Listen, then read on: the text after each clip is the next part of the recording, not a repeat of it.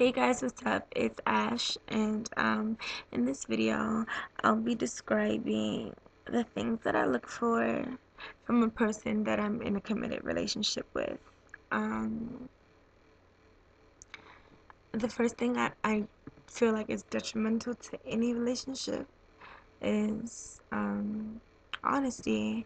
I feel like you have to just know who you're dating. You have to know how they'll handle certain situations.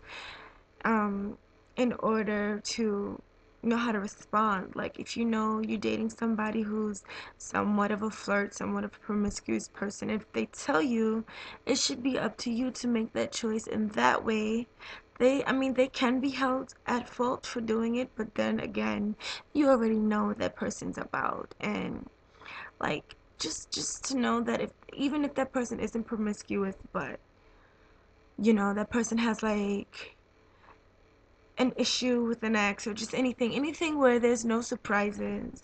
I feel like that's how you keep the relationship comfortable, and that's how you really be able to like build with that person, because you already know so much that you can tell them just about anything. You can trust these people. Like, the more honest you are, the farther you'll go in a relationship, and that goes for both yourself and the person that you're dating. Another important factor in a relationship is stability. I feel like um, you have to be equally yoked, and that goes for yourself and the person that you're dating. Like, as for me, if I'm dating anybody, which I will, I don't think I need to disclose that for this video, but if I am dating anybody, I'm already working, I live on my own, I pay my own bills, and I pretty much take care of myself to the point where I'm pretty comfortable. Like, I want somebody who has the same situation. I don't want somebody who's not working, who lives at home with their mom.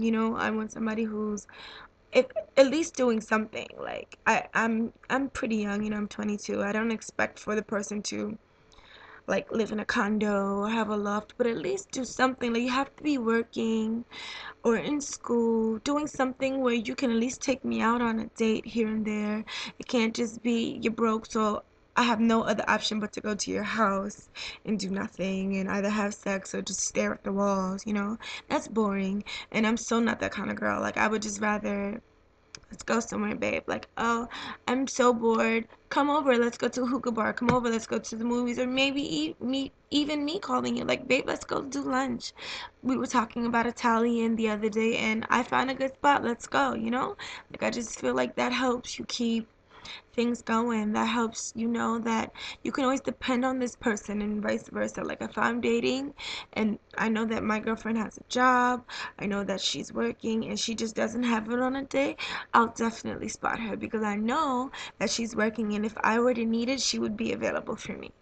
I just feel like that's how you keep the relationship going. And also, that helps with spontaneity, because if you have money, you can get up and go. You could just do whatever.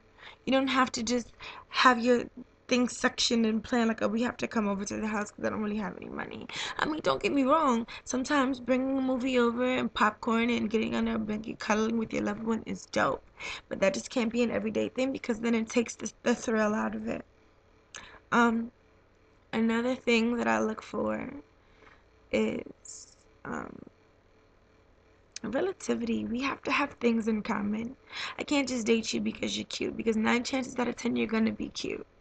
But if it ain't there, then you're not gonna keep my attention for long. You need to be like someone I know. I don't want to be exactly like you, but I know we have a lot of similarities, so we can enjoy different elements of things. Like, it can't just be one person dating the other and only doing things that the other person likes. If we don't have a lot of similarities, then we won't really be able to communicate on a lot of levels.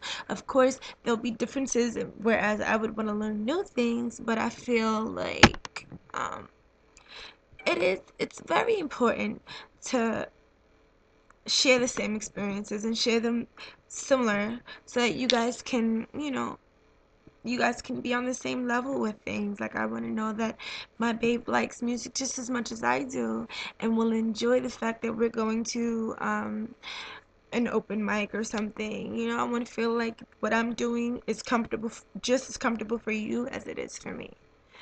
Um, my next factor is you have to be, like loving. You have to be. I have to see that you don't just love me. You have loved ones that are family, and you take care of your friends. Not so much like support them, but I know that you'll be there for them, and you love your mother and your whoever else is in your life, because I know that if you're able to love other people and not be in love with them, I know you can do that for me. I have to see that you have a heart and you have compassion. You can't just be doing it for me because we're in the honeymoon stage. Because eventually the honeymoon thing will end, and then you'll probably not be so loving.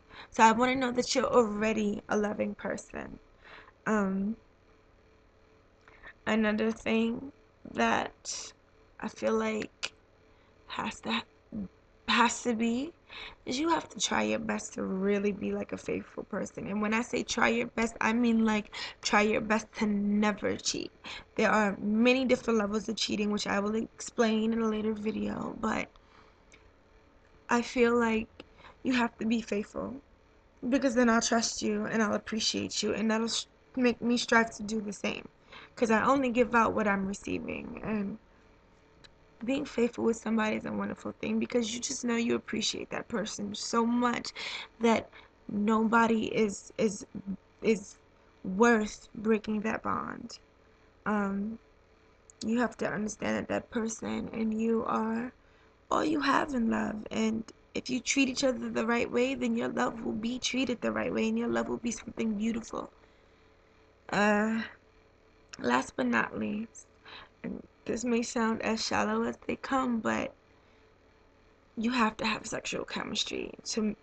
For me, I have to have sexual chemistry with somebody that I'm taking seriously, because that's another part that keeps my desire. That's another thing that will keep me faithful to you, knowing that our sex is so bomb.